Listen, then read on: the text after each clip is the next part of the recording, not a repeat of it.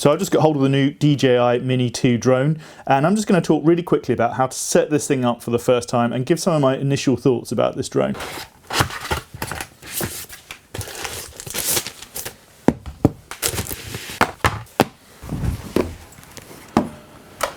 So there are three things that you need to ensure a smooth setup. One is time. You can't be rushing these things. Two is power. You've got to make sure that this stuff is charged up before you begin. The controller, the drone, and your mobile device that you're going to use as the screen. The third thing is that you're going to need Wi-Fi or data on your mobile phone, because you're going to need to download the DJI Fly app, and then more than likely you're going to need to upgrade the firmware of the drone, and you may need to even update the app as well. So you need to make sure that you've got access to all of those things before you begin. It really is worth at this point downloading the DJI Fly app onto your mobile device and then going onto the DJI website and registering with your email address, because you will need to activate the drone and link it to your account before you can fly. Okay, so we take our controller and mobile phone and we screw in our thumb control screws. The controller's a little bit heavier and sturdier than the previous one on the Mini. We pull out our mobile phone holder, and inside is the neatly coiled cable that connects the mobile phone. Slide the phone in and connect the cable. Press once and hold down for a second or two and you turn on the controller.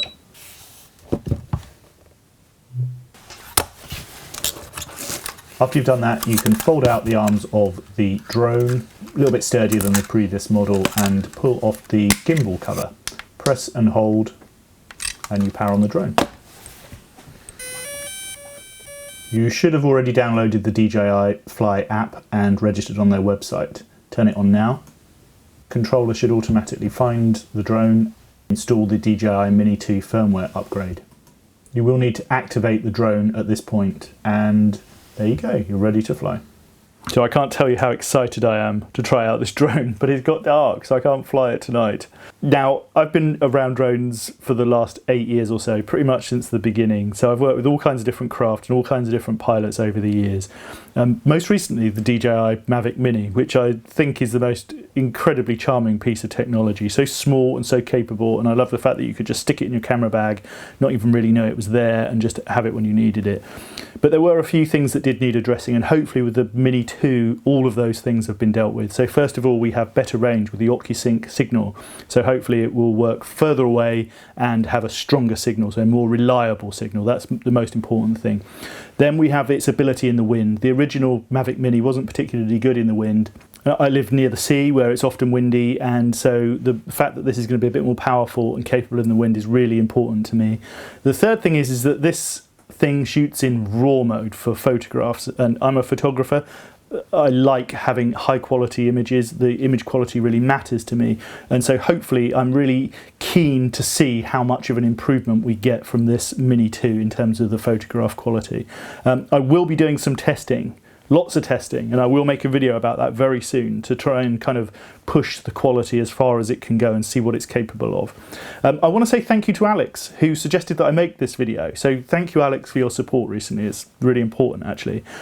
So there are a few things that I will mention about the drone and the controller, which are just my initial thoughts. So the build quality is better, but you know what? The original one was fine. I mistreated it, just threw it in my camera bag for months and didn't really ever look after it properly, and it never went wrong, didn't break, it was just perfect. And so if this is as good as the other one, then that's fine. With the controller, it's a bit heavier, a bit lumpier, a bit more kind of stocky, but that's probably because of the OcuSync technology. Now, the holder for the mobile phone is so much better. It's kind of where you want it to be, I think, whereas the other one was down below.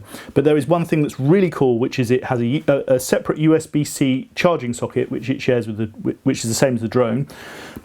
But the lead that connects the phone to the charger has its own bespoke socket and a little place to store it inside, which means that you won't be having to take the lead out to charge it up anymore like you had to with the older version, and then forgetting the lead and leaving it on the floor, which I did on a number of occasions.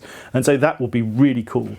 Thank you very much for watching. I really do appreciate your support, and maybe you consider subscribing if you like this kind of content. I will be making lots more photography based videos, but also I'm going to be doing some drone stuff as well as I go on my journey with the Mini 2 and we see how we can get the best possible image quality from it. So thank you very much for watching. Goodbye.